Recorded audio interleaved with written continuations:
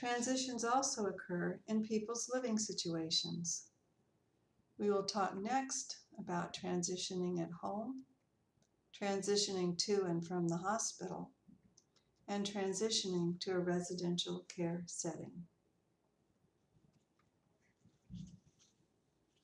Safety is a major concern for those who live at home, either alone or with others, particularly as the disease progresses.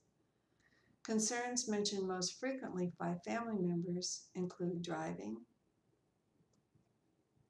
medication management, falls, cooking, getting adequate nutrition, getting lost.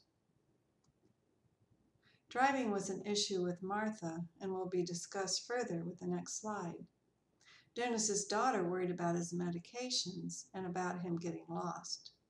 She learned about the Safe Return Medical Alert Program through the Alzheimer's Association and medication reminders available by phone. Resources to address all of these issues are available through the ADRC and Alzheimer's website.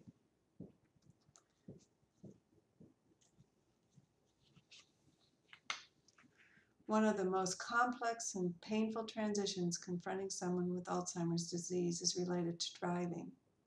Driving is associated with adulthood, independence, competence, and quality of life. It can be very difficult emotionally and psychologically. Inability to drive represents dependence and often the loss of an important part of an individual's identity. It is also challenging for families and other care partners who frequently are the first to recognize that driving is no longer safe. They often step in to provide or arrange for transportation, which hastens changes in their relationship with the person with dementia. They are increasingly in charge of the person with dementia's daily life.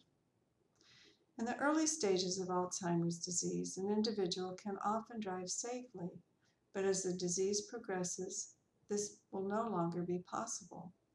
Some signs that someone is no longer safe include forgetting how to locate familiar places, failing to observe traffic signals, making slow or poor decisions while driving, driving at inappropriate speeds, and returning from a routine drive later than usual.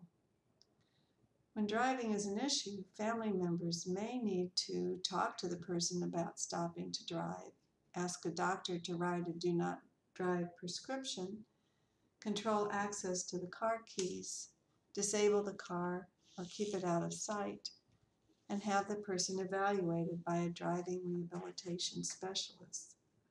All of these resources and more are available through the Alzheimer's website. Because of their multiple vulnerabilities, people with dementia are at greater risk for hospitalization.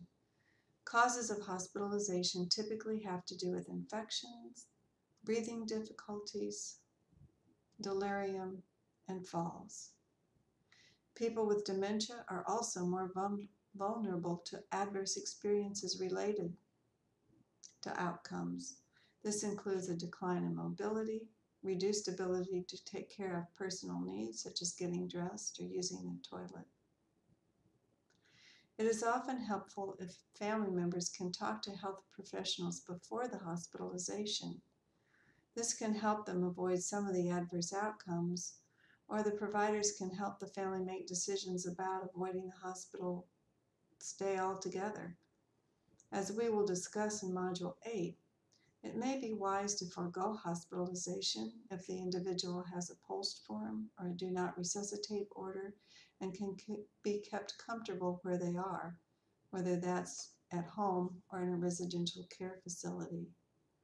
Here is Susan Denzer, who's editor of Health Affairs, discussing the challenges of transitions related to hospitalization.